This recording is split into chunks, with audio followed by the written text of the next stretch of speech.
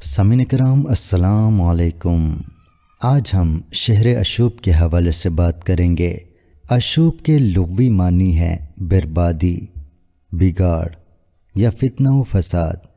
اصطلاح شاعری میں شہر اشوب ایسی نظم کو کہتے ہیں جس میں کسی شہر کی پریشانی، گردش آسمانی اور زمانے کی ناقدری کا بیان ہو۔ کسی زمانے میں اردو میں بڑی کثرت سے شعر اشوب لکھے گئے۔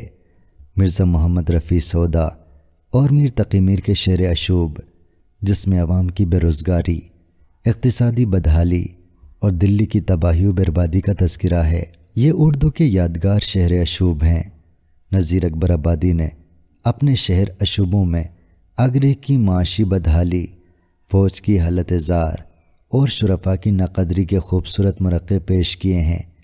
1857 کی جنگ آزادی کے بعد دلی پر جو قیامت ٹوٹی، اسے بھی دلی کے بیشتر شعراء نے اپنا موضوع بنایا ہے، جن میں مرزا غالب، داد دہلوی اور مولانا حالی شامل ہیں۔ مرزا محمد رفیع سودا کے مخمس شعر اشوب کا یہ پہلا بند ملاحظہ کیجیے، جس میں ناقدری زمانہ اور دلی میں بے روزگاری کا گلہ کیا گیا ہے۔ کہاں میں آج یہ سودا سے، کیوں تو ڈانوا ڈول، پھرے ہے جا کہیں نوکر ہو لے کے گھوڑا مول، لگا وہ کہنے یہ اس کے جواب میں دو بول، جو میں کہوں گا تو سمجھے گا، تو کہے یہ ٹٹول، بتا کہ نوکری بکتی ہے ڈھیریوں یا تول۔ شعر اشوب کے حوالے سے علامہ اقبال کی نظم صقلیہ بڑی اہمیت کی حامل ہے۔ صقلیہ جزیرہ سسلی بحر روم کا سب سے بڑا جزیرہ ہے۔ اس جزیرے میں 500 سال تک مسلمان حکمران رہے، پھر یہ جزیرہ مسلمانوں کے ہاتھوں سے نکل گیا۔ علامہ اقبال کا گزر یورپ جاتے ہوئے یہاں سے ہوا، تو اس جزیرے کو دیکھ کر ان کا دل خون کے آنسو رویا۔ اس شعر اشوب کے چند ابتدائی شعر ملاحظہ کیجیے۔